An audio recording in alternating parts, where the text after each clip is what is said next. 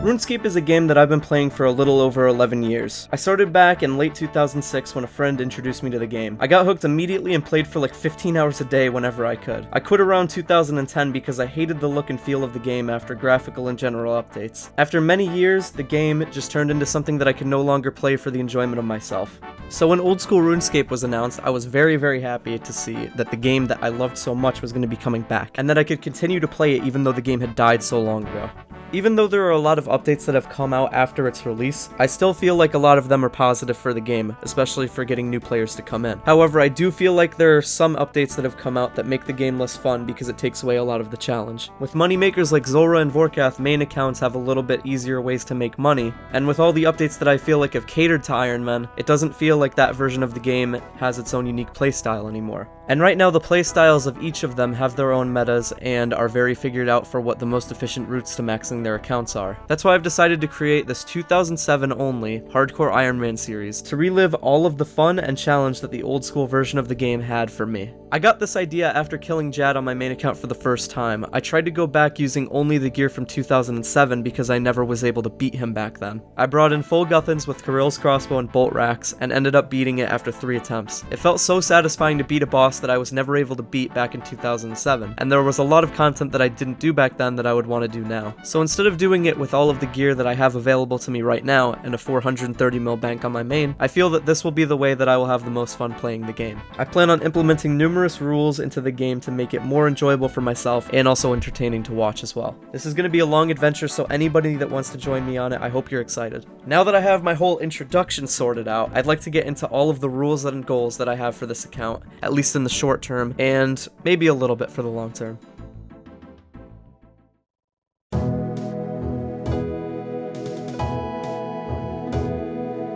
The first rule, which pretty much every rule afterwards follows, is that nothing after December 31st, 2007 can be done on this account. So basically, I won't be able to get Zenyte jewelry, anything from Zulrah, do any of the quests that are after 2007 that have been added after release. I pretty much can't do any of them. Since there are a few things like the Varrock achievement diary up to the hard level that were released before December 31st, I'm still able to do that. But December 31st is going to be the cutoff date for the content, just so that it's not anywhere in like August or anywhere ridiculous, because I'd like to do God Wars on this account as well. Now, since there's been so many updates to the old school version of this game since the release in 2013, I'm pretty sure, obviously there are going to be a few gray areas where I'm going to have to figure out what I'm going to do with them, and I'll talk about those after the rest of the rules are talked about. The second rule is that there's going to be no minigame teleports, so I can't just go directly to Castle Wars as soon as I spawn into the game, because I'm pretty sure that you're able to do that as soon as you get off Tutorial Island. Obviously, that would make it very easy to train agility, among other things, and it would take the challenge off of getting to the other side of White Wolf Mountain. So absolutely no minigame teleports. If I want to go and teleport somewhere else, then I will have to make a Ring of Dueling or a Games Necklace or anything that's going to let me teleport over the mountain. So I can either choose to go over it or I'll have to teleport around it. Which brings me to rule number 3. I cannot use any charter ships until I've crossed over it. It's basically just what I said before, so that I either have to cross it or teleport. Rule number 4. I cannot use Slayer points for anything besides skipping or banning tasks that have to do with things after 2007. So say that I get Kraken as a task, I'm going to be able to either ban or skip it every time that I get it. Doing this just makes things a lot less tedious, so I won't have to go to a different Slayer Master, and I will have points built up residually, and I won't be able to use them for anything anyway, so this is just how I thought of using them. Rule number 5, I can't use any new interface features. This is an exception with the make all feature, since as soon as you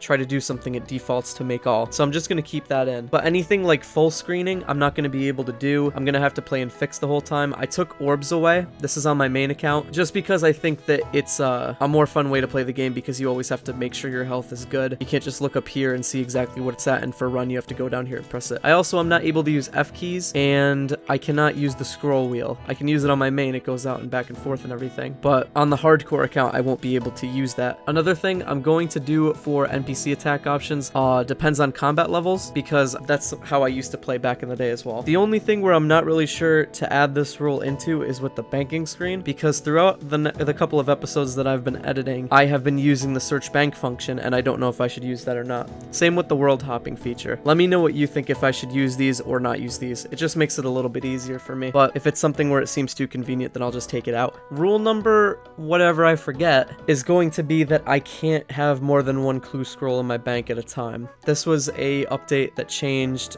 a little bit recently, I think within the last year or two, where you can have different types of clue scrolls, easy, medium, hard, and elite in your bank all at once, and master clues, all in your bank at once without having to do any of them or drop one. You can just do them all whenever you want. Obviously it wasn't like that. If I go to kill something that I know drops hard clues and I have a medium clue in the bank, I will probably bring my medium clue along, drop it when I get a hard clue, and then pick up the hard clue and not do the medium. Something like that I feel like is going to be the best way for me to do it instead of just dropping it every time. That's all the rules that I'd like to go over. Now I'd like to talk about a little bit of the gray areas that I think are going to confuse people a little bit if I were to go through with the series.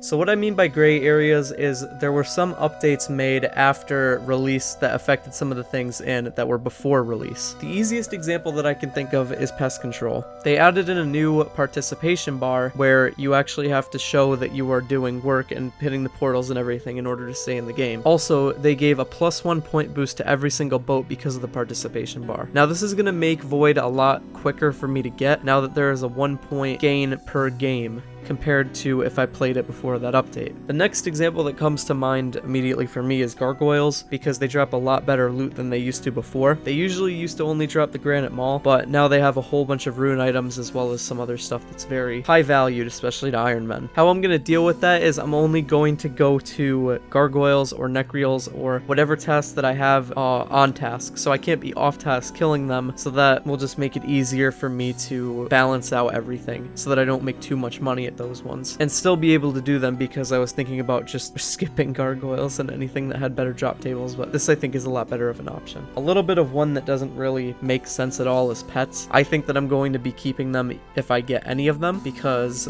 magpie and bling. But basically, they give you nothing. It's just a cosmetic thing. You just have a little follower walk around you, kind of like a cat would be in 2007. So because of that, there's not really a difference in any game mechanic in it, and it's just a purely cosmetic thing that I think is exciting. Especially because I'm going to be killing a lot of bosses in this series, and if I get a pet early, I think that that's going to be very exciting for me too. And the last thing, clue scroll rewards.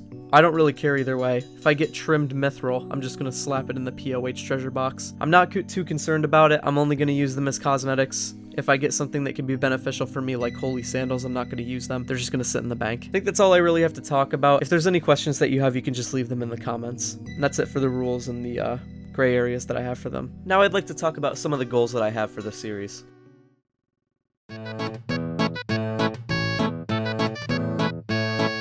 As I said before, I didn't really do most of the content that was in the game in 2007. There were a lot of bosses that I wanted to kill, but I never get around to it because my stats were not high enough around them. For one of my short-term big goals, I'd like to complete the Dagannoth Kings. Another big goal is completing God Wars completely. I want all the hilts and every piece of armor that each of them drops. Since I can't use the Armadillo crossbow, I'll probably transfer all of the stuff that's valuable that I get over to my main. And for the last thing that I'd like to get a Dragonfall helm from Mythal Dragons. All of these are things that I wanted to do before some of the big updates in the game around 2009 and 2010. It's basically just how far can I get on this account compared to how far I got on my old main account before I quit the game. Now, including this as a hardcore Iron Man instead of just a regular Iron Man is pretty much just because hardcore is there, and I think the playstyle is fun. And also because if you died in 2007 and lost your items, people could pick them up immediately if you were killed by something like Evil Chicken, Tree Spirits, whatever. And I want to emulate that feeling of always being in danger. If I die, I'll probably just continue this account.